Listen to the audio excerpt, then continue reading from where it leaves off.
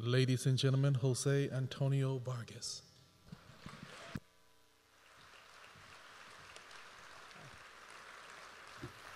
Hi. How am I supposed to follow that? um, Thanks very much for that wonderful introduction, Cheryl. Cheryl made sure that I got here today. And in addition to Cheryl, I actually would like to thank Andrea Guerrero of Equality Alliance, the Dream Team, and I think there's about 100 or so volunteers here this morning to make sure that this was organized well and to make sure that everybody had coffee. So I think we should really, really thank them for that. And thank you very much, as we say in Tagalog, maraming salamat, for welcoming me here in San Diego. There's my Filipinos over there.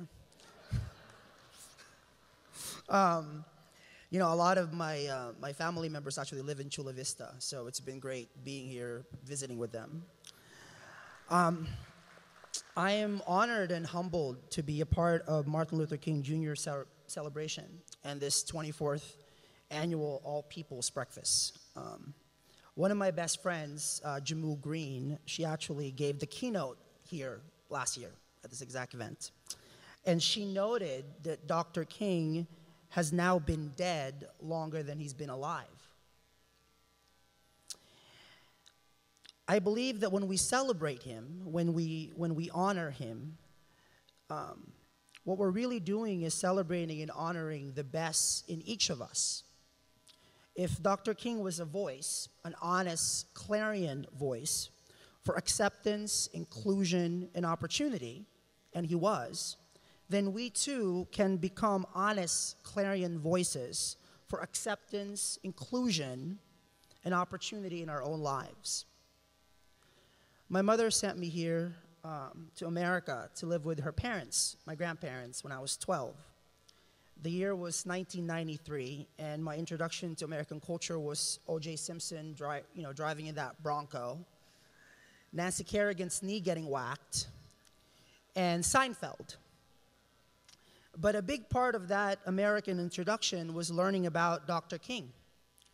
I read about him in my school textbooks, and I studied his speeches and committed to memory many of his writings, some of which we've seen all throughout here today. I don't know about you, but it's overwhelming for me to listen to the words, to think about the actions that were inspired by the words, and to connect the dots between America in the time of Dr. King and America as we know it now. To me, it actually feels like it was just like yesterday when I was sitting in my 8th grade U.S. history class in Mr. Zahner's room, reading Dr. King's letter from Birmingham jail. These are the 3 quotes that really deeply impacted me then.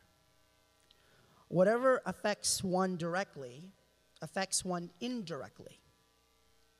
Injustice anywhere is a threat to justice everywhere. An unjust law is no law at all. A year later, I found out after going to the DMV that I didn't have the right papers to be here. I was 16. It's been 14 years. And I can tell you that every day of those 14 years, I have this voice inside my head telling me, I'm not supposed to be here. I'm not supposed to be here.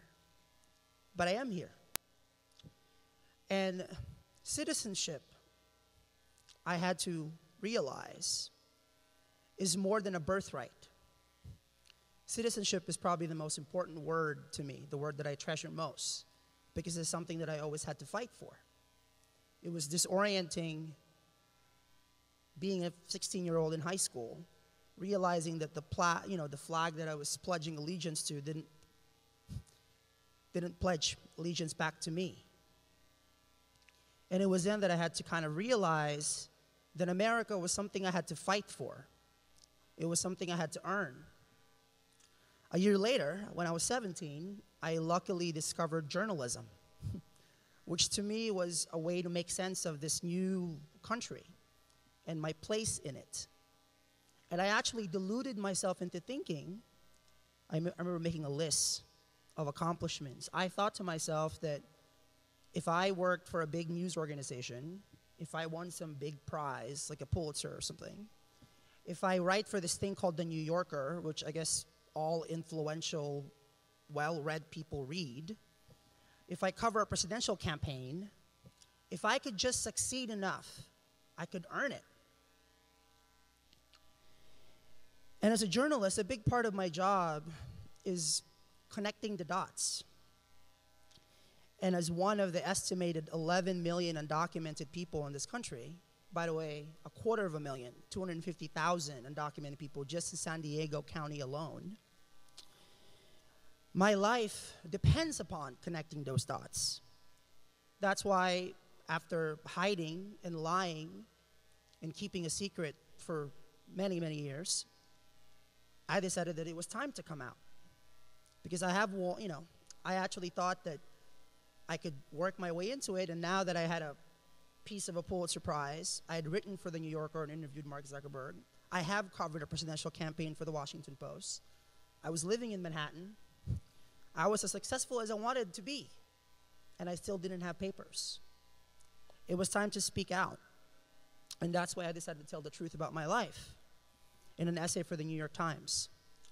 And in telling that story, in telling that very specific story, my real goal was to illuminate the larger universal truth about immigration and undocumented immigrants. Yes, undocumented immigrants are not just Latinos and Hispanics. We're Filipinos, we're Koreans, we're Chinese. Yes, undocumented immigrants are bussing your tables, babysitting your kids and mowing your lawns, but we're also writing the news articles you read. We're also attending law schools and medical schools. We're majoring in engineering and biology. We're building businesses and in many instances creating jobs. But most importantly, the main message that I wanted to send was that undocumented immigrants are just like everybody else. Our parents, like parents of our country's first immigrants, came to America in search of a better life.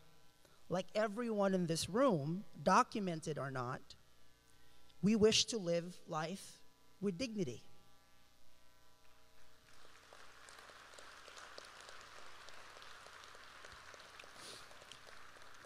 With or without papers, we're human too.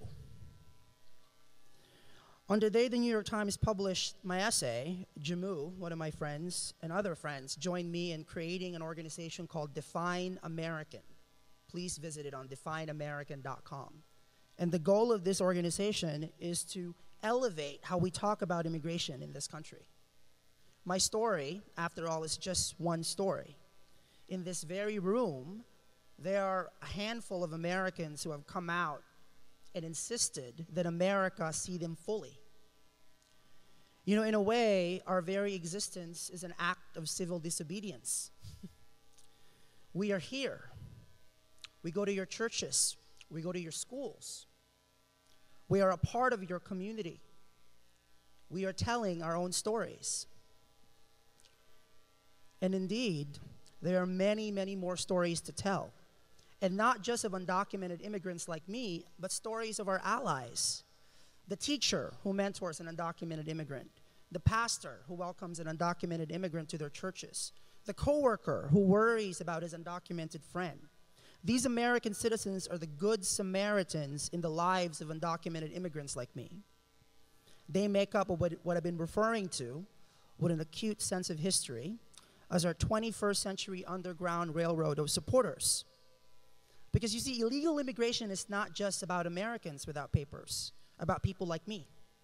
It's also about American citizens of all backgrounds who know just how broken and unfair our immigration system is.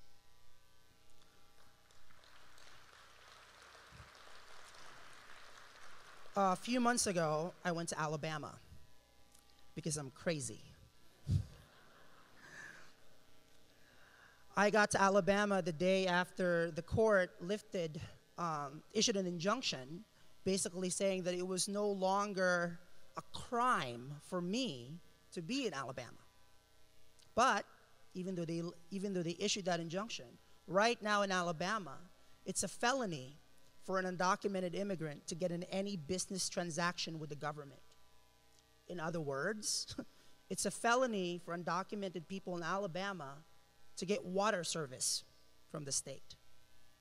In 2012, in America, in the age of Obama.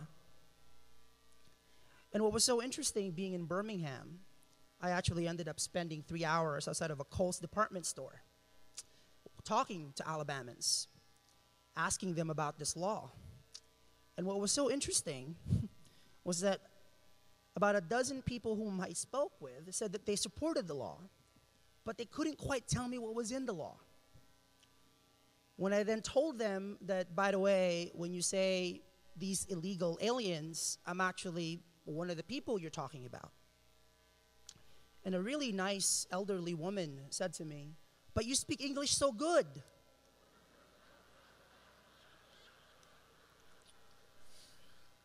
I don't correct her.